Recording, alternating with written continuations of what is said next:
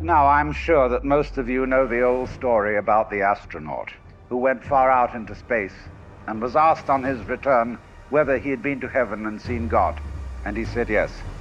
And so they said to him, well, what about God? And he said, she is black. And although this is a very well-known and well-worn story, it is very profound. Because, I tell you, I knew a monk who started out in life as pretty much of an agnostic or an atheist. And then he began to read Henri Bergson, the French philosopher who proclaimed the vital force, the élan vital, and so on. And the more he read into this kind of philosophy, the more he saw that these people were really talking about God. And I've read a great deal of theological reasoning about the existence of God, and they all start out on this line. If you are intelligent and reasonable, you cannot be the product of a mechanical and meaningless universe. Figs do not grow on thistles. Grapes do not grow on thorns. And therefore, you, as an expression of the universe, as an aperture through which the universe is observing itself, cannot be a mere fluke.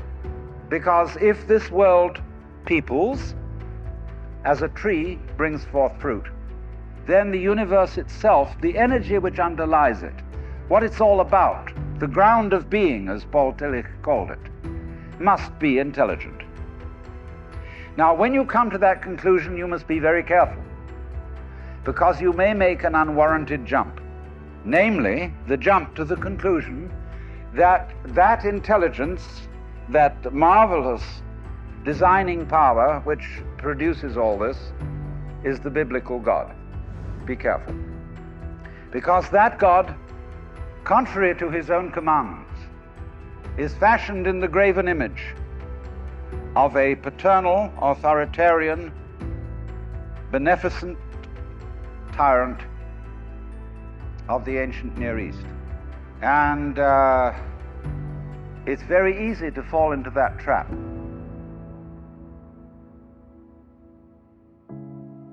Because it's all prepared, institutionalized in the Roman Catholic Church, in the synagogue, in the Protestant churches, all there ready for you to accept.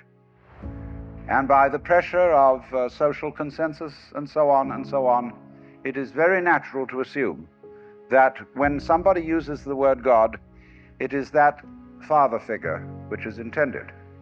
Because even Jesus used the analogy, the Father, for his experience of God.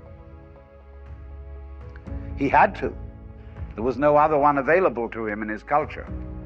But nowadays, we are in rebellion against the image of the authoritarian father. But to reject the paternalistic image of God as an idol is not necessarily to be an atheist. Although I have advocated something called atheism in the name of God.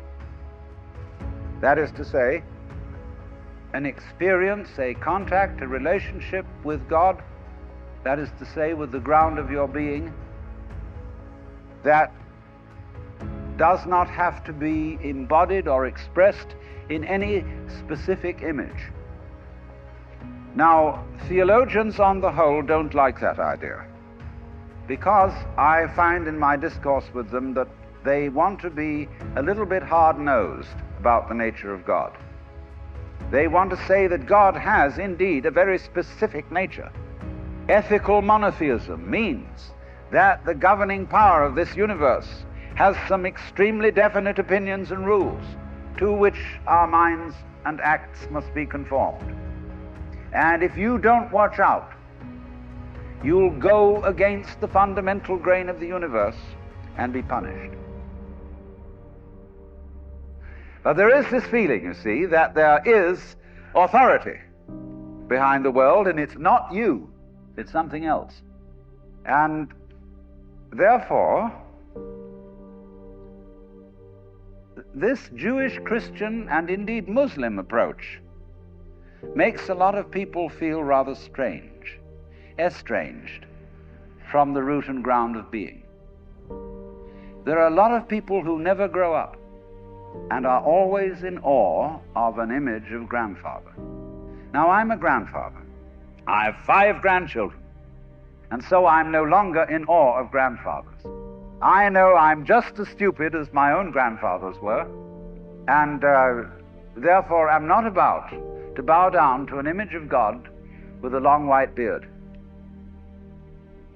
Now, naturally, of course, we intelligent people don't believe in that kind of a God, not really. I mean, we think that God is spirit, that God is very undefinable and infinite and all that kind of thing. But nevertheless, the images of God are have a far more powerful effect upon our emotions than our ideas.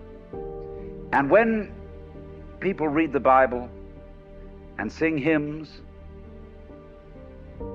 Ancient of Days, who sittest throned in glory, immortal, invisible, God only wise, in light inaccessible, hid from our eyes, they still got that fellow up there with a beard on. It's way in the back of the emotions.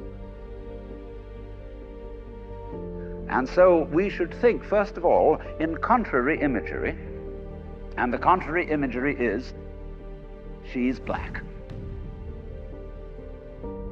Imagine instead of God the Father, God the Mother.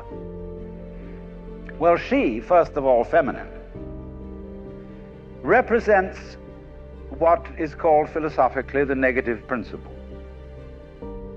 Now, of course, people who are women in our culture today and believe in women's lib don't like to be associated with the negative, because the negative has acquired very bad connotations. We say accentuate the positive. Well, that's a purely male chauvinistic attitude. How would you know that you were outstanding unless by contrast there was something instanding? You cannot appreciate the convex without the concave. You cannot appreciate the firm without the yielding. And therefore, the so-called negativity of the feminine principle is obviously life-giving and very important. But we live in a culture which doesn't notice it. You see a painting, a drawing of a bird, and you don't notice the white paper underneath it. You see a printed book, and you think that what is important is the printing, and the page doesn't matter. And yet, if you reconsider the whole thing, how could there be visible printing without the page underlying it? What is called substance, that which stands underneath, underneath, stands. To be substantial is to be underlying, to be the support, to be the foundation of the world. And of course, this is the great function of the feminine, to be the substance. And therefore, the feminine is represented by space, which is, of course, black at night. But were it not for black and empty space, there would be no possibility whatsoever of seeing the stars.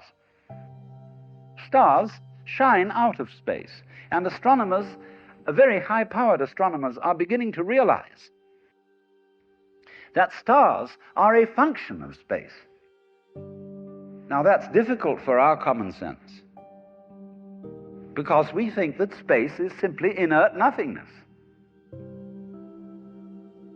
But we don't realize that space is completely basic to everything. It's like your consciousness. Nobody can imagine what consciousness is. It's the most elusive, whatever it is, that there is at all, because it's the background of everything else that we know. Therefore, we don't really pay much attention to it. We pay attention to the things within the field of consciousness, to the outlines, to the objects, to the so-called things that are in the field of vision, the sounds that are in the field of hearing, and so forth. But what it is that ever it is that embraces all that, we don't pay much attention to it. We can't even think about it. It's like trying to look at your head. You know, you try to look at your head, and what do you find? You don't even find a black blob in the middle of things. You just don't find anything. And yet that is that out of which you see, just as space is that out of which the stars shine. So there's something very queer about all this.